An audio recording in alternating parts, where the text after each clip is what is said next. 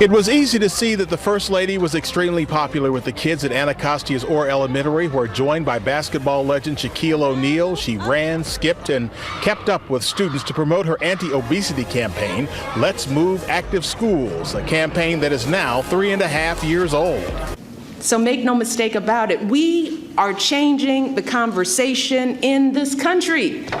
We are creating a cultural shift in how we live and eat. She spoke to a range of school staffers as well, and one reason she came to Orr, the D.C. public schools, all 111 of them, have been signed on by the chancellor as active schools, meaning healthier food and more exercise during the school day beyond recess. Out and moving. It costs nothing to take a walk. It costs nothing, but even when it costs, we're willing. You're going to be fabulous, right? Her use of Shaquille O'Neal was criticized by some groups since his face is on the can of a soda pop.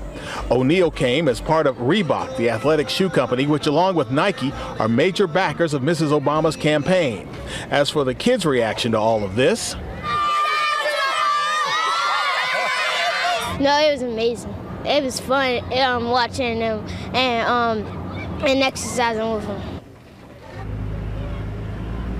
At this point, about 4,000 schools nationwide are taking part of Mrs. Obama's program. She said since in lower income neighborhoods, students spend so much time in schools eating up to 2 meals a day here, what happens here is extremely important. The Laguna Beach Unified School District in Southern California announced last night it will revise its lunch menus. It's the latest district to rebel against the federal Healthy Lunch Program, a cornerstone of First Lady Michelle Obama's campaign against childhood obesity. Jan Crawford is in Washington. Jan, good morning. Well, good morning, Anthony. Good morning, Gail. You know, the USDA is administering this program, and it says these are just growing pains, and that's to be expected. But these complaints from school officials just seem to be getting louder. And what they're saying is that kids aren't eating these vegetables and low-fat choices, so they actually are ending up too hungry to even learn.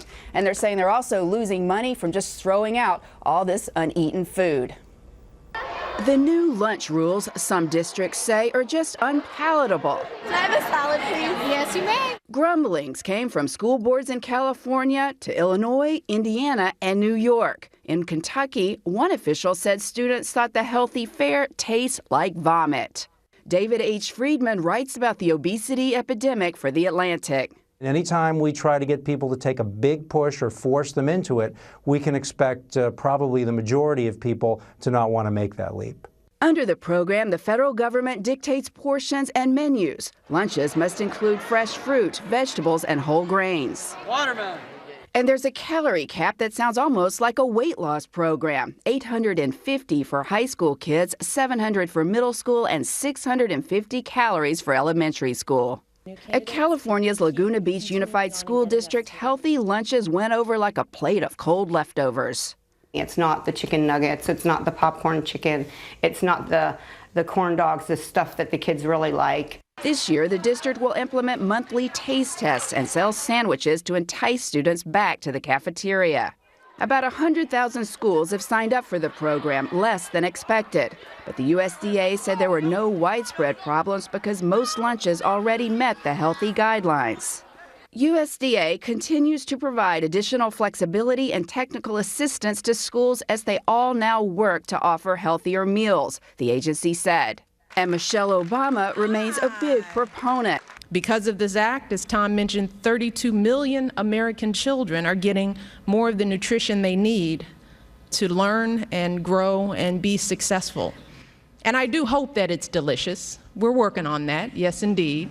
Despite the opposition, Friedman says the program is a step in the right direction, but one that tried to go too far too fast. I think we need to be a little smarter about it and lower the bar and offer people more support so they can make smaller, more gradual steps.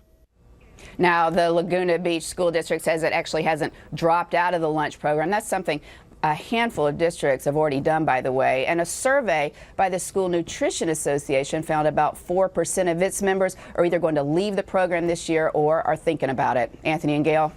Have some more work to do. Mystery meat, here we come. Thank you, Jan Crawford.